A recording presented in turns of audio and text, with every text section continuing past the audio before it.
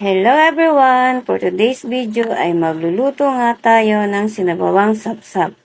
Simple pero masarap na ulam ang gagawin natin. Sinabawang isdang sapsap. Perfecto lalo na ngayong maulan-ulan. Gusto mo ng mainit na sabaw at healthy na ulam. Siyempre, kailangan natin ng mga simpleng ingredients lang. Una, ang bida ng ating recipe. Fresh na isdang sapsap.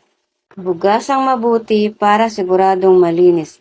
Kasunod nito, maghahanda rin tayo ng sibuyas para pampabango ng sabaw. At kamatis para may konting asim at natural na lasa.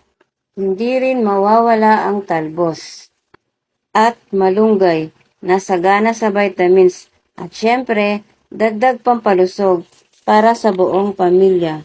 Yan na talaga ang magbibigay buhay sa ating sabaw. Simulan na natin ang pagluluto. Una, pakuluan natin ang tubig sa kaserola or kahit sa kawali.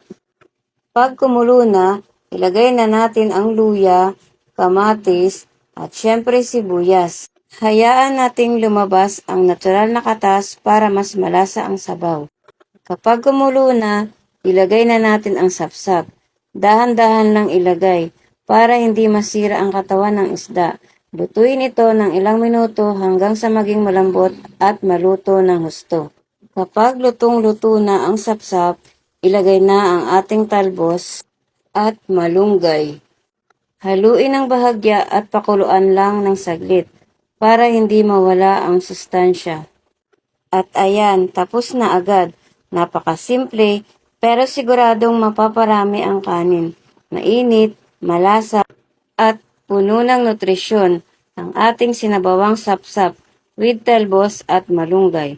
Subukan nyo na sa bahay nyo. Mura na, madali pa. Kain na tayo mga guys! So, ayun lang.